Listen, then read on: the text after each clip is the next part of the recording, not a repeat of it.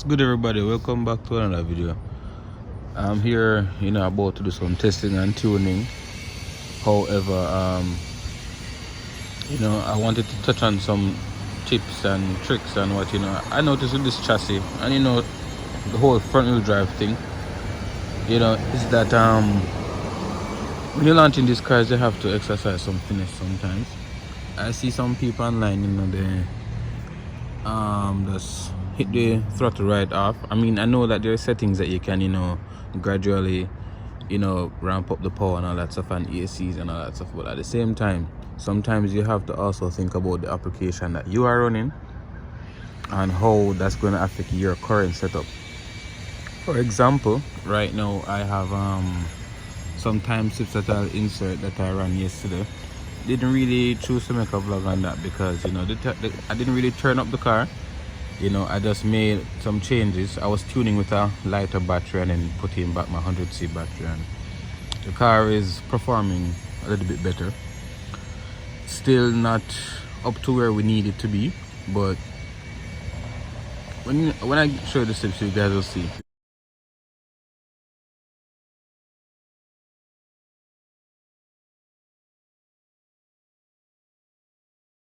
So as I said before, I'm gonna be posting every single part and moment of this car where when it runs a really fast time, or when it's not running a fast time, when it's really slow.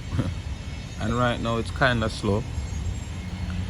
It's in the 3-second bracket. I want to lower that, but I know if I put on the foam tires, I'm actually going to make a whole different vlog with foam tires, for you guys to see how powerful the car really is. You're gonna that will really display the true potential of the car.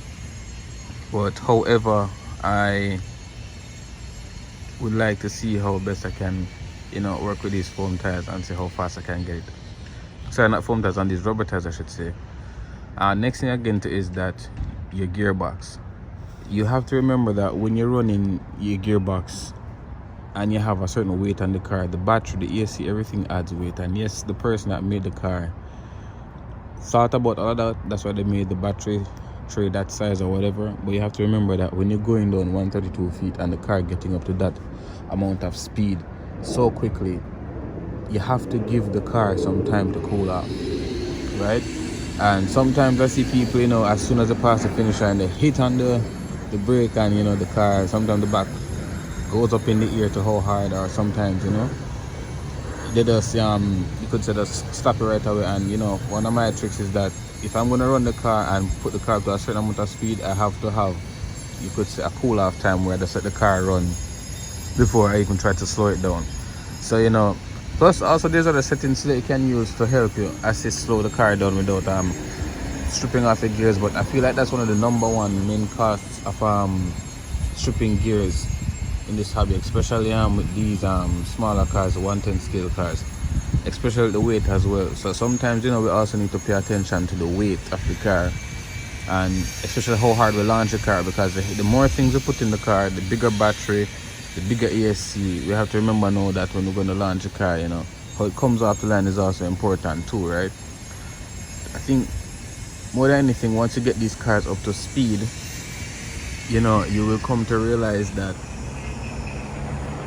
there's not much harm when it's going up to speed and it's actually in motion. Just to get it off the line, also to slow it down. That's where we destroy most of our gears, if you really think about it. So this is just my little 2 cents on that. There'll be more testing and tuning videos coming, but I just really wanted to talk about that. Again, to some of the mods on this car, it's not just for looks. I cut some holes here because I want more air to go up under there, because the motor's right in front there. So I don't need a fan there anymore, so I can have more power to go to where I need it to go. The ESC will need a fan same way. When I run it on the smaller batteries, I don't really use a fan, but now that it's on the 100C burst, I definitely use a fan. So leave a like, and if you're new to the channel, welcome. And there'll be more to come on this car. Just dial it in little by little.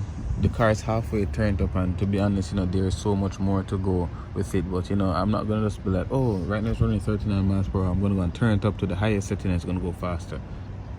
That's how you break stuff.